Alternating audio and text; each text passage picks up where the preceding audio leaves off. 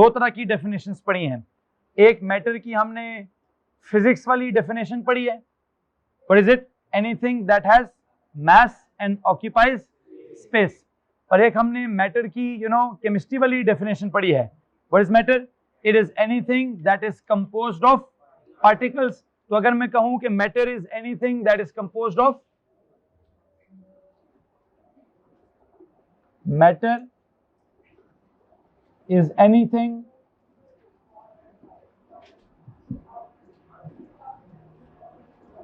That is composed of क्या, particles. क्या इस बात में किसी को परेशानी है जी? मैंने कहा केमिस्ट्री क्या है, स्टडी ऑफ मैटर, मैटर क्या है, it's anything that is composed of क्या, पार्टिकल्स। ओके, अब मैं आपको पढ़ाना चाहता हूं कि पार्टिकल्स क्या होते हैं। प्लीज जनाब पार्टिकल्स के बारे में बताइए, क्या पढ़ा आपने पार्टिकल्स के बारे में? Chemistry is the study of matter, done हो गया। Matter is anything that is composed of particles, done हो गया। पार्टिकल्स के बारे में क्या साइंस समझाएंगे? पार्टिकल्स की तीन जनरल किस्में क्या होती हैं? एटम्स, पार्टिकल्स की, किसकी? पार्टिकल्स पूछ रहा हूं। एटम्स, फिर आयंस, फिर मॉलिक्यूल्स। क्या जनाब? एटम्स, आयंस और मॉलिक्यूल। तो आई थिंक मैं यहां पे क्या लिखूंगा, पार्टिकल्स का क्या लिखूंगा जी? एटम्स, आयंस और क्या?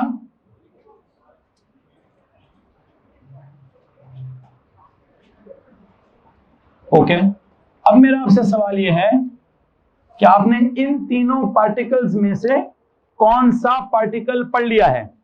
आई थिंक मैंने एटम के बारे में सारी की सारी बातें आपको बता दी हैं। किसी को मसला इस बात से? ठीक है।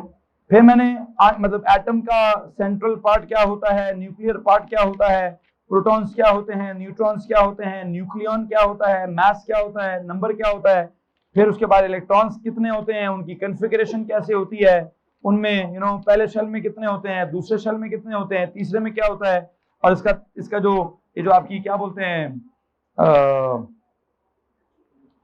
कॉन्फ़िगरेशन है, उसकी एप्लीकेशंस क्या होती हैं। मैंने आपको वहां सारी एप्लीकेशंस पढ़ा दी हैं कि जनाब साहब पीरियड नंबर क्या होता है, ग्रुप नंबर क्या होता है, वैलेंसी क्या होती है, ऑक्सीडेशन। इवन एंड पे हम कहां पहुंचे थे कि एलिमेंट्स की नेचर क्या होती है। उसकी नेचर में हमने क्या क्या लिखा हुआ है? हमने मेटल्स का जिक्र किया हुआ है, हमने नॉन मेटल्स का जिक्र किया हुआ है, और हमने नोबल गैसेस का जिक्र किया हुआ है। मेटल्स के साथ आपने आखिरी बात क्या लिखी हुई है कि वो हमेशा क्या करते हैं? मेटल्स ऑलवेज क्या, they always lose electrons. Metals will always lose electrons. Charge दें।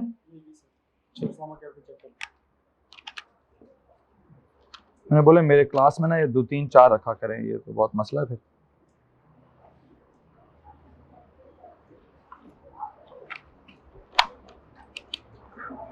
Hello hello hello.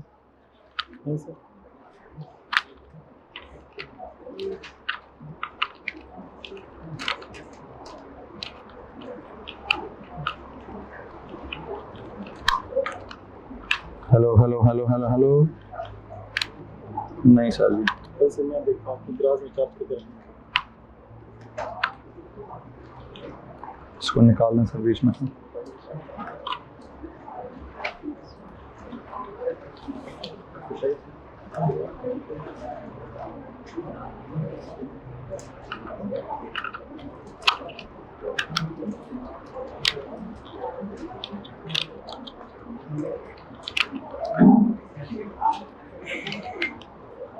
सुनो भाई, क्या बात कर रहे हैं जी, क्या बात कर रहे हैं हम? आपसे यहाँ पे एलिमेंट्स की जो नेचर्स आपने लिखी हैं उनकी बात कर रहे हैं। वहां पे हमने मेटल्स के बारे में क्या नोट लिखा हुआ है? दे will always lose electrons. If they always lose electrons, they will make what?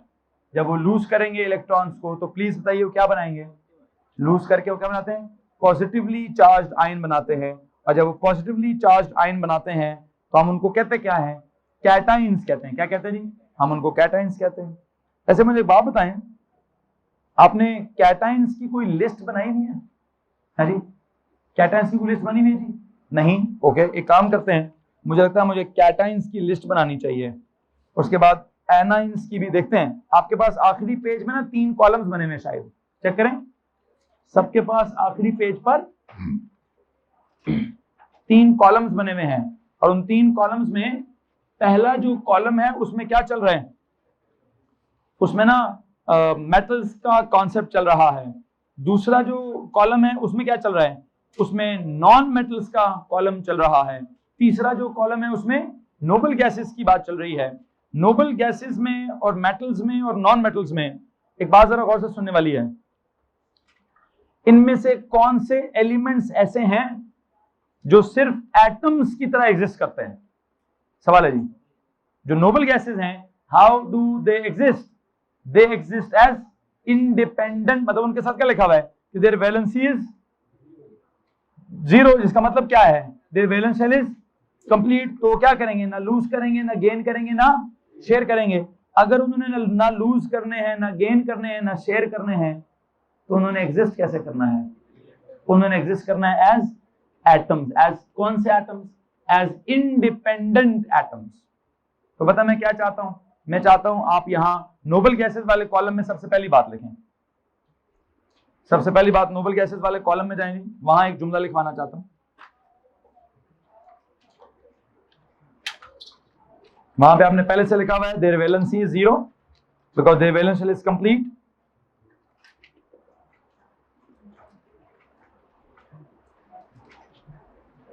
जुमला लिखे दी, नोबल गैसेस, बल्कि लिखें atoms of the noble gases.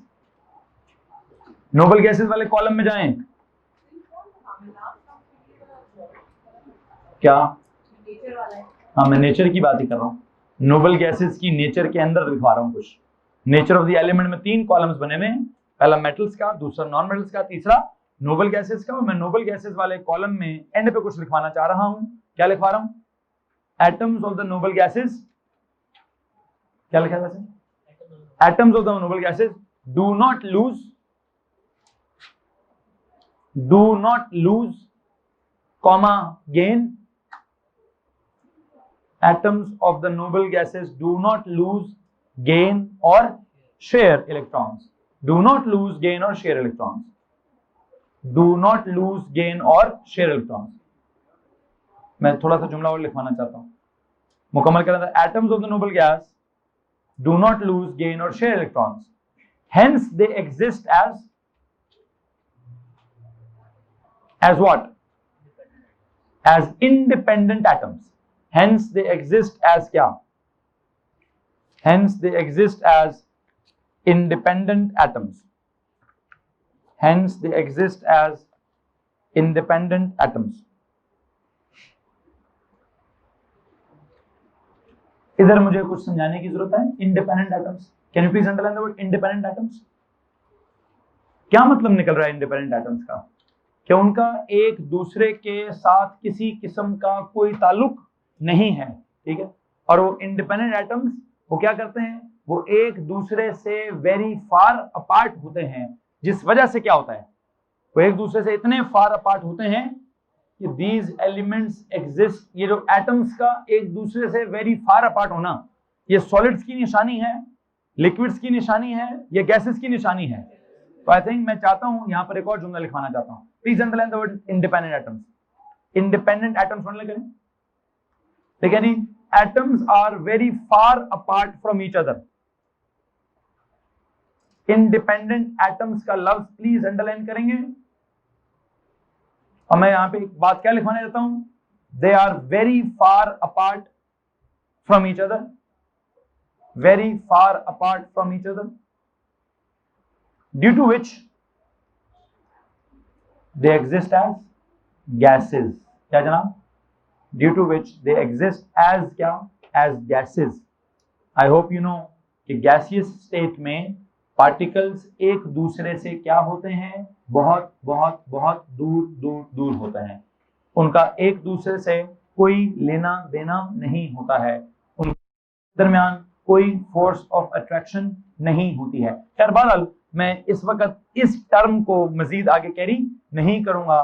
ये जो गैसियस स्टेट होती है, या लिक्विड स्टेट होती है, या सॉलिड स्टेट होती है, इसकी जो फर्दर डिटेल है, I think further detail will be in the chapter कौन सा वाला, स्टेट्स ऑफ मैटर। तो यहाँ पे इस कॉलम को वाइंड अप करने के लिए आखिरी जुमला क्या है, लेकिन further detail is in the chapter of states of matter.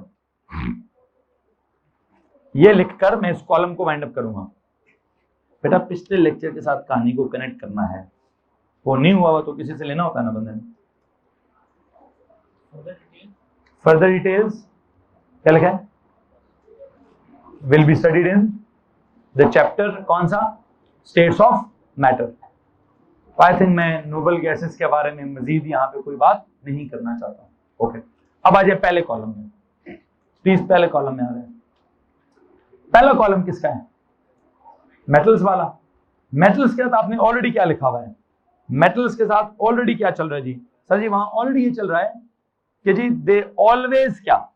They always lose electrons. Okay, और उनकी वैलेंस इलेक्ट्रॉन्स कितने लिखे हैं आपने?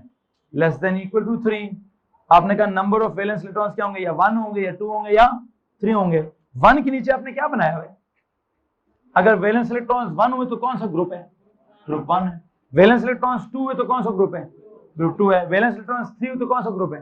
ग्रुप 3 है। बना हुआ है ना? अब मेरा आपसे एक सवाल है, ये ग्रुप 1 वाले क्या करेंगे? ग्रुप 1 वाले कितने इलेक्ट्रॉन्स लूज करेंगे? They will always lose 1 electron. Group 2 वाले क्या करेंगे? ग्रुप 3 वाले क्या करेंगे? तो यहां पे जब वो 1 लूज करेंगे तो चार्ज क्या आएगा? 1 पॉजिटिव। क्या चार्ज आएगा? 2 लूज करेंगे तो चार्ज क्या आएगा? 3 लूज करेंगे तो चार्ज क्या आएगा?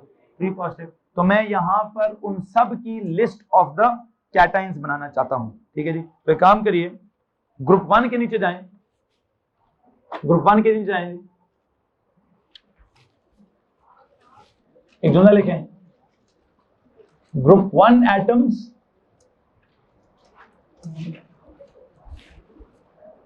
क्या करते हैं? Lose how many? Lose 1 electron. जो आपका नीचे है क्या बोलते हैं, मेटल्स वाले कॉलम की पहली लाइन लिखें। मेटल्स वाले कॉलम में पहली लाइन लिखें कि group 1 metals lose how many? Lose 1 electron. अगर वो 1 इलेक्ट्रॉन लूज करते हैं तो सुनिए जरा, मैं क्या बनाऊंगा? m, इसमें से -1 इलेक्ट्रॉन हो जाए तो क्या बन जाएगा? m1 positive. क्या बन जाएगा जी? m1 पॉजिटिव बन जाएगा। क्या इसमें कोई प्रॉब्लम है आपको? अच्छा, m कौन कौन है? ये ग्रुप नंबर 1 के नाम बताएं। सबसे पहले कौन है? लिथियम। सबसे पहले कौन है जी? लिथियम क्या करेगा? 1 इलेक्ट्रॉन लूज करेगा तो क्या बनाएगा? Li1 positive. Sodium 1 electron lose करेगा तो क्या बनाएगा? Na1 positive. Potassium 1 electron lose करेगा तो क्या बनाएगा? Potassium 1 positive. इवन अगर इस ग्रुप में कोई और भी हुआ, वो भी क्या करेगा? 1 अगर उसने लूज किया तो क्या बनाएगा? 1 पॉजिटिव। सिमिलरली आगे चलें, ग्रुप नंबर 2 क्या करेगा? ग्रुप नंबर 2 वाले एटम्स क्या करेंगे? दे विल लूज कितने? उनके वैलेंस इलेक्ट्रॉन्स कितने होते हैं? 2। कितने लूज करेंगे? 2। Group number 2 atoms will lose 2 electrons. मतलब उनकी जनरल कैटेगरी में कैसे लिखूंगा?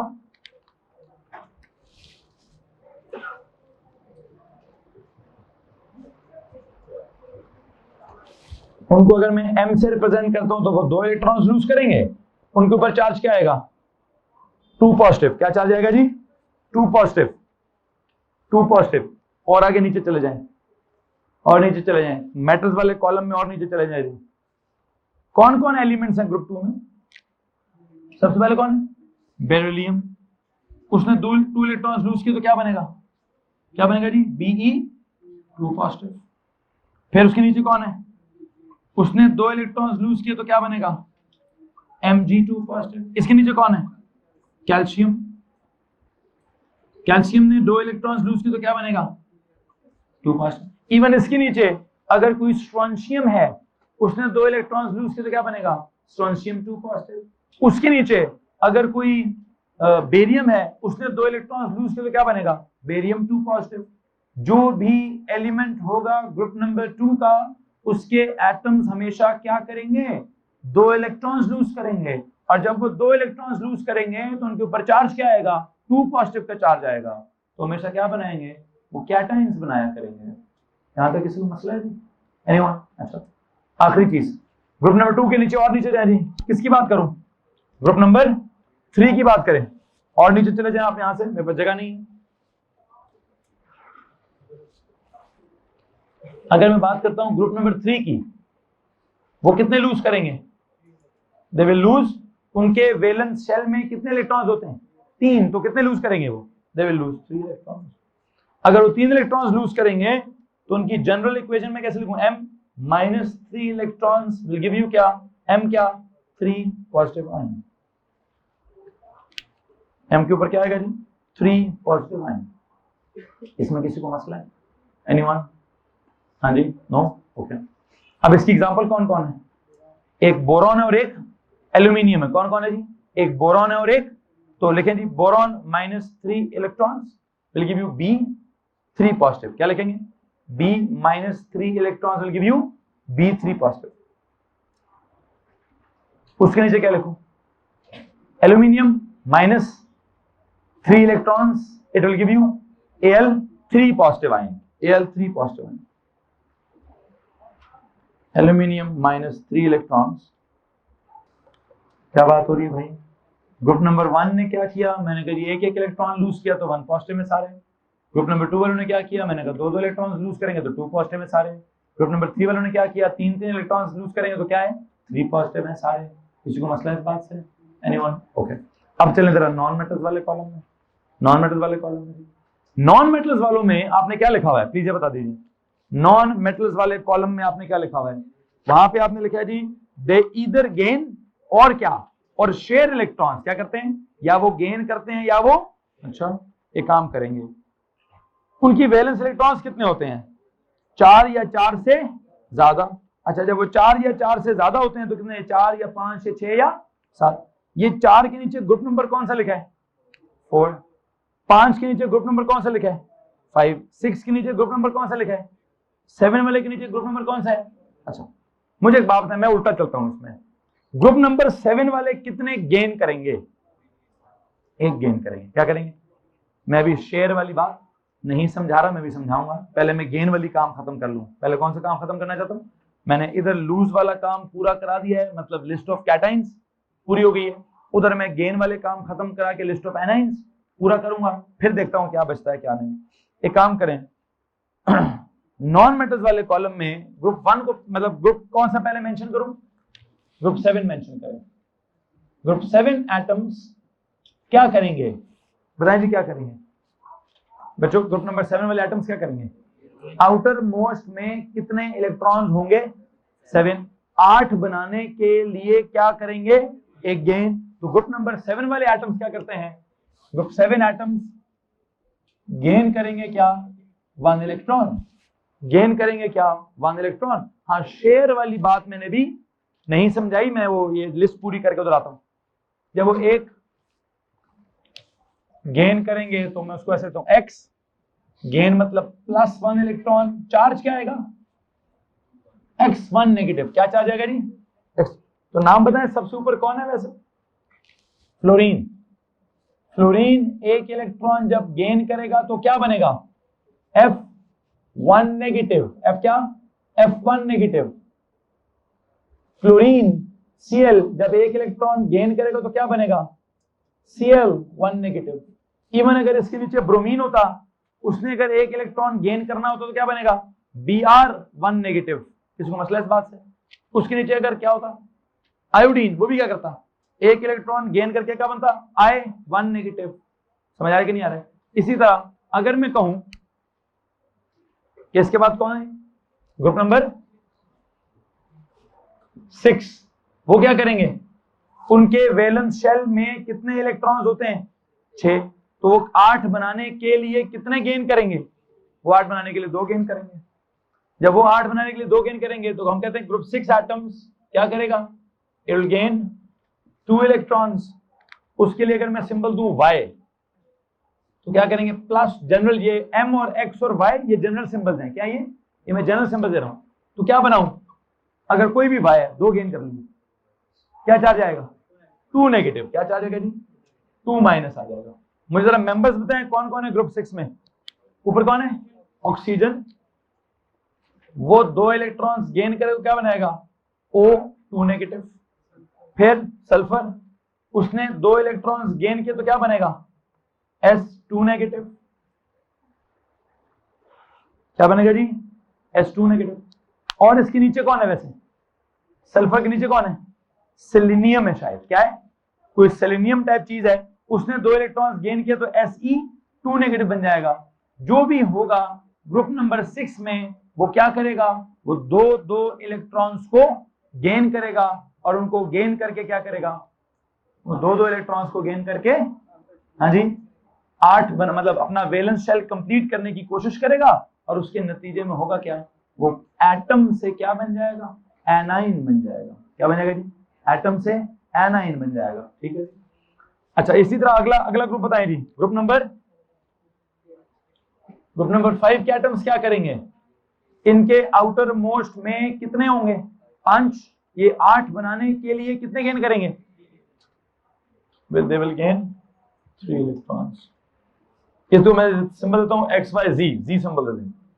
Z क्या करेंगे, 3 इलेक्ट्रॉन्स गेन करके Z3 नेगेटिव बनाएंगे। इनकी मिसाल कौन कौन सी है, इनके ऊपर है नाइट्रोजन, 3 इलेक्ट्रॉन्स गेन करके क्या बनाएगा, N3 नेगेटिव। फिर कौन है, फास्फोरस, वो क्या करेगा, 3 इलेक्ट्रॉन्स गेन करके P3 नेगेटिव बनाएगा। देखो जी, यहां तक किसी को मसला है भाई जी?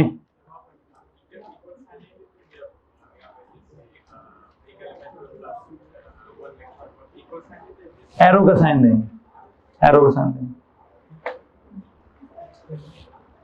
सेकंड कॉलम भी बराबर हो गया है, हाँ जी।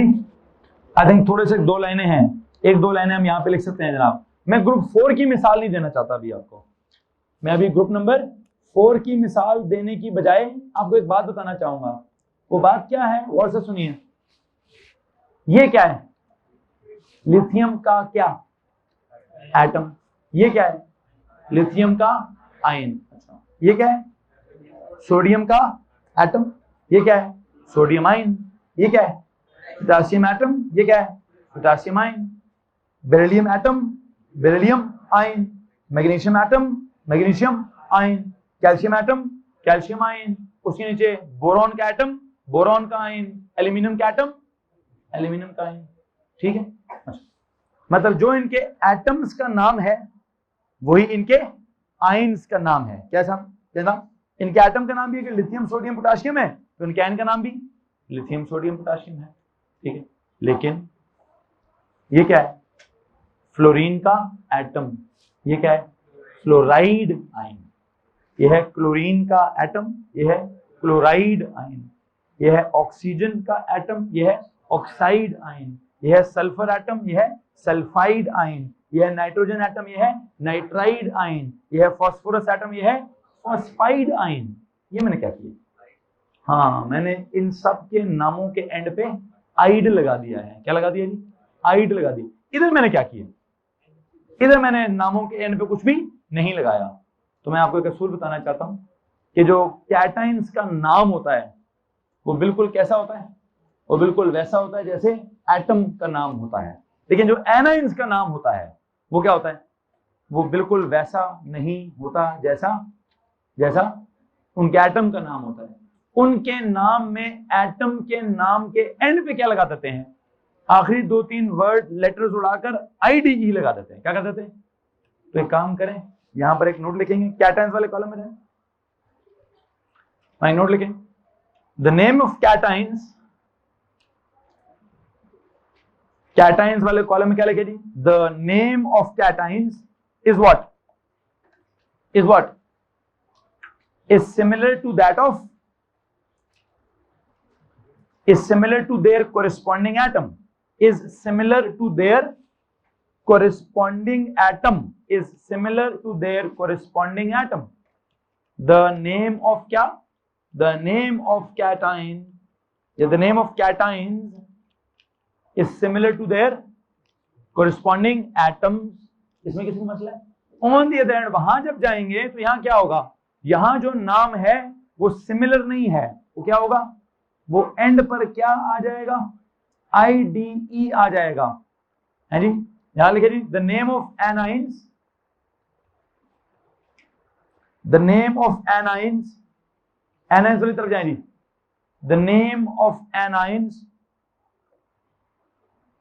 एंड विद क्या, end with IDE, IDE, IDE, आइड, ऑक्सीजन से ऑक्साइड, सल्फर से सल्फाइड, फ्लोरीन से फ्लोराइड, क्लोरीन से क्लोराइड, ब्रोमीन से ब्रोमाइड, नाइट्रोजन से नाइट्राइड, फास्फोरस से फॉस्फाइड। तो क्या होना चाहिए? वो कहते हैं जी कैटाइंस इलेक्ट्रॉन लूज भी कर जाएं तो उनका नाम नहीं बदलता, एनाइंस इलेक्ट्रॉन्स गेन कर जाएं तो उनका नाम बदल जाता है। इसमें अगर किसी को परेशानी है तो प्लीज हाथ खड़ा कीजिए।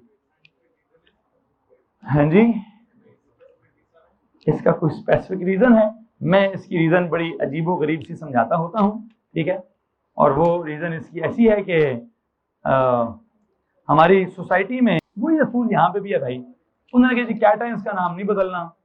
हाँ एक बात है, वैसे नाम से कोई फर्क नहीं पड़ता बदले या ना बदले, स्टेटस दोनों का बदल जाता है। स्टेटस क्या बदल जाता है? वो सिंगल से ना पुत्र मैरिड हो जाता है, ठीक है। उर्दू में उसको कहते हैं वो शुदा हो जाता है, ठीक है जी। मेरी खाला कहती है वो शादीशुदा, शुदा नहीं वो शोदा हो जाता है, ठीक है। बहरहाल शुदा है कि शुदा है, जो भी है, शोदे का मतलब नहीं बताना जी, शोदे का मतलब नहीं बताना। केमिस्ट्री पढ़ानी है भाई, केमिस्ट्री में क्या चल रहा है?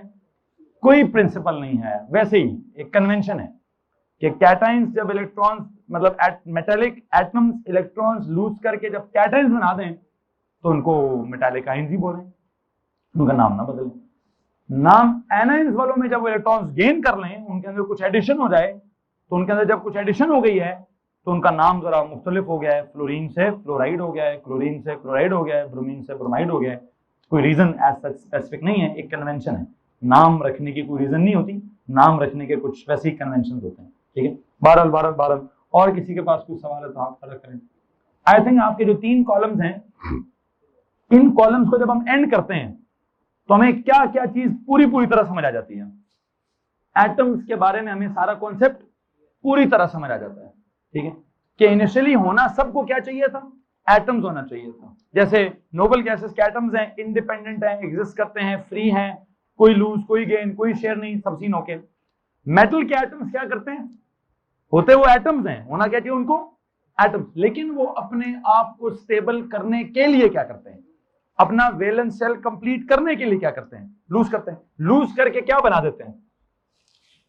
सर जी लूज करके कौन सा आइन? या तो कैट वाला आइन या वो एन वाला आइन। अब कैट वाला आइन क्या है तो एन वाला आइन क्या है? कैटाइन एनाइन, ये भी एक नाम है, कैटाइन और एनाइन। मेटल्स वाले एटम्स लूज करके कैटाइन बनाते हैं, नॉन मेटल वाले एटम्स गेन करके एनाइंस बनाते हैं। तो कैटाइंस की लिस्ट भी पूरी हो गई है, एनाइंस की लिस्ट भी पूरी हो गई है। रह क्या गया? मॉलिक्यूल्स रह गया बेटा जी। मॉलिक्यूल्स कैसे बनते हैं? वो जो आपके नॉन मेटल वाले एटम्स थे ना, वो क्या करते हैं? वो सिर्फ गेन नहीं कर सकते हैं, वो कुछ और भी कर सकते हैं। कुछ और क्या कर सकते हैं सर जी? वो शेयर भी कर सकते हैं। और जब वो शेयर करते हैं तो क्या बनाते हैं? तो वो मॉलिक्यूल बनाते हैं। तो मैंने भी एटम्स वाली कहानी पूरी मुकम्मल कर दी है, कैटाइंस पूरे मुकम्मल कर दिए हैं, एनाइंस भी पूरे मुकम्मल कर दिए हैं। रह गया तो क्या रह गया? पार्टिकल्स में। आई थिंक ये जो हिस्ट्री है दोबारा मैं कल दोबारा बनाऊंगा जी, ये वाली कहानी मैं कल दोबारा बनाऊंगा। अभी के लिए आई थिंक इतना ही काफी है। यहां से आगे इंशाल्लाह हम कल के लेक्चर में पढ़ेंगे। आप लोगों का होमवर्क है फिजिक्स वाला, बराए मेहरबानी सही तरह से सॉल्व करके आइएगा।